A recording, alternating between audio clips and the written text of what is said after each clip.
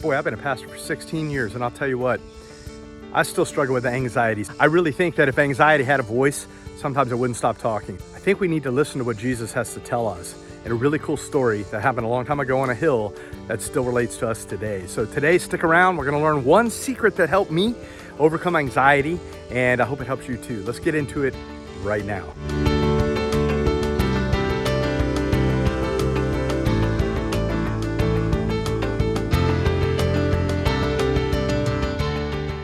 Hello, my friends. I want to tell you a quick story.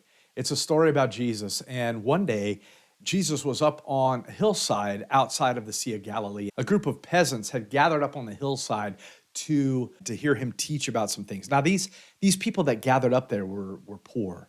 They were the peasants of the area, the farmers of the area, the fishermen who were often struggling. And these people would raise crops, for example, and they had the crops that they raised served as their food, the seed for the next harvest, the food for their animals, their work animals. It was also a little bit left over to maybe take to town to barter for some of the necessities. And so they had just enough to get by, hand to mouth, right? I don't know if anybody relates to this, like paycheck to paycheck for these people. And on top of all of that, they had to pay taxes, right? And the taxes were no joke. Taxes were paid to both the civil authorities, high levels of taxes, right? Civil authorities. And they also paid them to the religious leaders at the time, to Rome, taxes to Rome. And so here these people were already poor. They were working so hard and they had to pay these taxes and they were stressed out of their mind, anxious, worrying all the time. I don't know if you can relate. And along comes Jesus and they meet with him up on this hillside. And Jesus says, I don't want you to worry so much.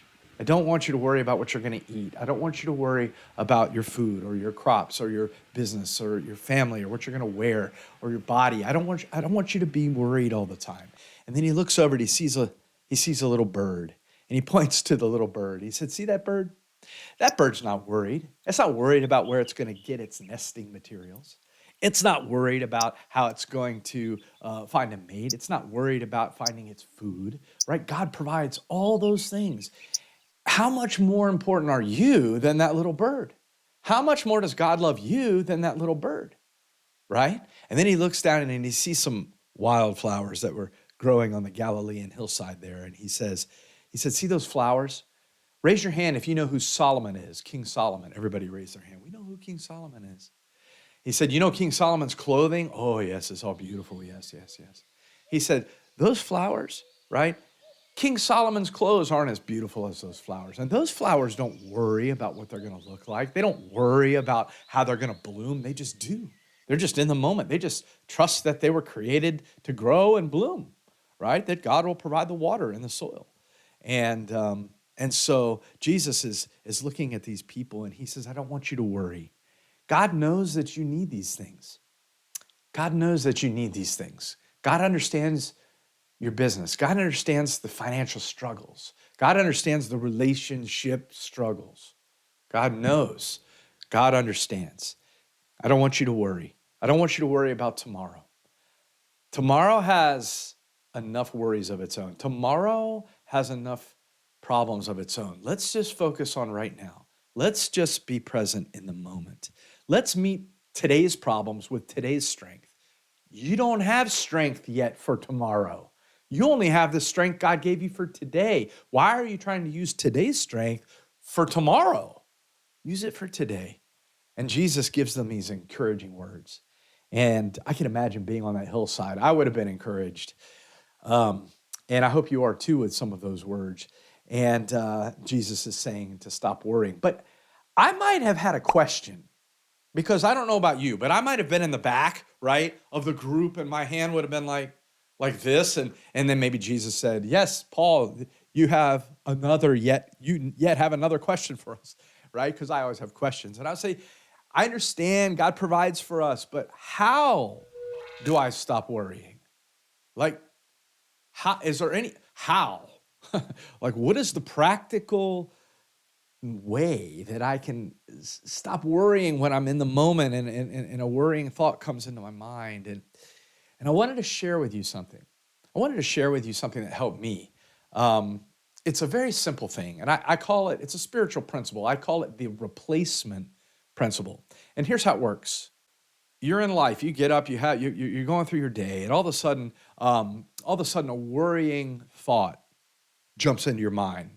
What can you do? Well, here's one thing you could do. When that worrying thought pops in, right in that very moment, right in that second when that happens, I want you to physically stop and take a step back.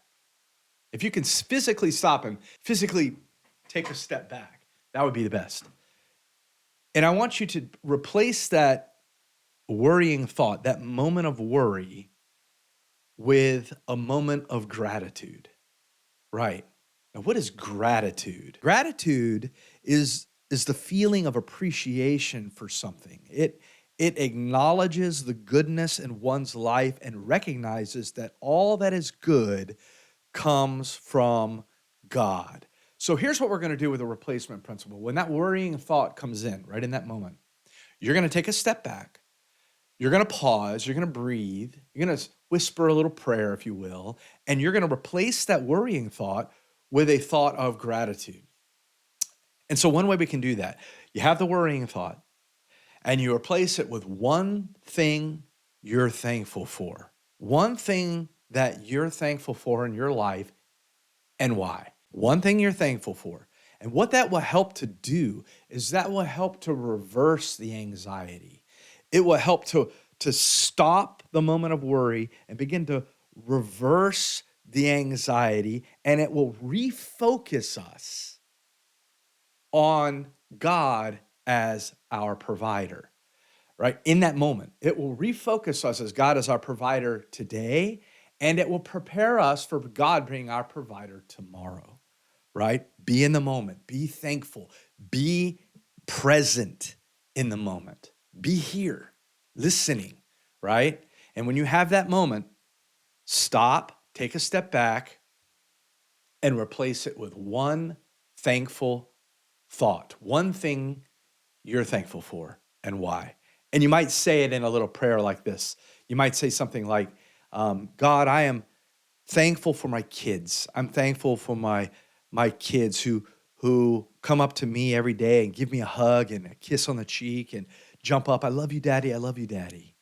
God, I'm just thankful for my kids. Thank you for my kids. Thank you for the blessing of my children, right? Something as simple as that, when that worrying thought comes in and the enemy wants you to focus on worry, you replace it with a thought of gratitude and a blessing, right? A thought of thankfulness right in that moment. And I think that will help you. I hope it does. It helps me. I hope it helps you. And I hope it fills your day with much more things than worry. If anxiety tends to be like a constant companion for you, maybe it's time to hear from God in a new way. Maybe it's time to practice the replacement principle. And I think this is going to be helpful for you. If one thing was helpful for you today, would you please click the like button on this video? It will help us with a brand new channel. And would you subscribe to the channel? Because we want to send you information about how we follow Jesus in today's world, how Jesus is relevant for today. We don't want you to miss any episodes. And also we want you to, in the comments down below, I want you to put down things that you're interested in hearing about, right? How do we follow Jesus in today's world, right? And I just want you to be blessed and know you're loved, and we will see you in the next video.